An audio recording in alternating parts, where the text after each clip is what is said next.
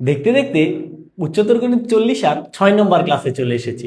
6 নম্বর ক্লাসে অধ্যায় 7 থেকে একটি গুরুত্বপূর্ণ প্রশ্ন সমাধান করুন। চলো, ক নম্বরে কি রয়েছে?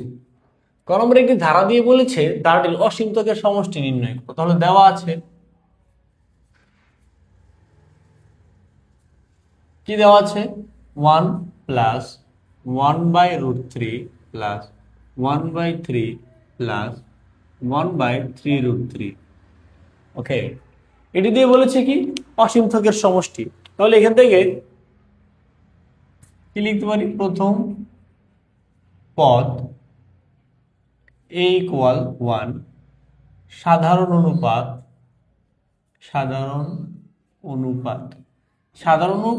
আর অনুপাত হলো দ্বিতীয় পদ ভাগ প্রথম পদ। তাহলে দ্বিতীয় পদ কত? 1/√3 ভাগ প্রথম পদ। এক দ্বারা ভাগ করলে তো এটা যা আছে তাই থাকবে, 1/√3। এবার এই 1/√3 কে একের চেয়ে ছোট নাকি বড়? যদি একের চেয়ে ছোট হয় তাহলে অসীম ত্বকের সমষ্টি থাকবে। তাহলে আমরা লিখতে পারি যে 1/√3 লেস দেন 1। যেহেতু একের চেয়ে ছোট তাহলে অসীম ত্বকের সমষ্টি আছে। ওকে, চলো তাহলে অসীম ত্বকের সমষ্টি বের করি। অসীম ত্বকের সমষ্টি, তাহলে অসীম ত্বকের সমষ্টি সূত্র কি? অসীম ত্বকের সমষ্টি সূত্র হলো a/1 - r। এ কত? এ হলো প্রথম পদ, প্রথম পদের মান 1 মাইনাস আর কত? 1/√3। ওকে, এবার মান বসানো শেষ।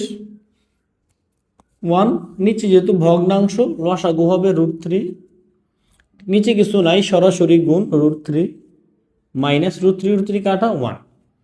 এবার এটা আছে 1 এর নিচে, আমরা যদি উল্টিয়ে দিই তাহলে আমাদের অ্যান্সার শেষ, √3 মাইনাস 1। এই হলো আমার অসীম ত্বকের সমষ্টি। এবার আমরা চলে যাব খ নাম্বার।